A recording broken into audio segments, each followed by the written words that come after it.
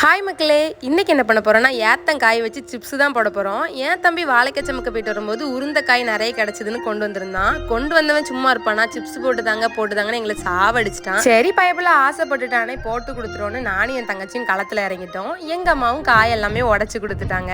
அப்புறம் அதுக்கு தேவையான மஞ்சள் உப்பெல்லாம் தண்ணியில கரைச்சி வச்சுட்டு நாங்களும் டைரக்டா சுட சுட இருக்க எண்ணெயில வாழைக்காவை சீவி போட ஆரம்பிச்சிட்டோம். அப்படியே அது ஒரு முக்காவாசி வெந்ததும் உப்பு மஞ்சள் தண்ணியை ஊத்துனா ஒரு சத்தம் வரும் பாருங்க, ஏதோ பெரிய அடமழை பெஞ்ச மாதிரி.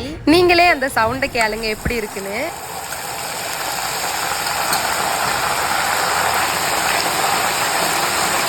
எனக்குலாம் அந்த சத்தத்தை கேட்கறதுக்காகவே சிப்ஸ் போடலாம் போல இருக்கும். உங்களை யாராச்சும் என்னை மாதிரி இருக்கீங்கன்னா மறக்காம கமெண்ட்ஸ்ல சொல்லுங்க. அப்புறம் அந்த சத்தம் அடங்கினதுமே சிப்ஸ் எடுத்துடணும். சூடா இருக்கும் போதே உரைப்பு தேவைப்படுதுன்னா வத்தல் பொடி இல்லைன்னா மிளகு பொடி போட்டு குளிக்கிட்டோம்னா சுட சுட நம்ம சிப்ஸ் ரெடி ஆயிரும். டேஸ்ட்டை பத்தி சொல்லணும்னே இல்ல, செம்மையா மொறு மொறுன்னு இருந்துச்சு. ஓகே மக்களே, பாய், நெக்ஸ்ட் வீடியோல பார்க்கலாம். டாடா.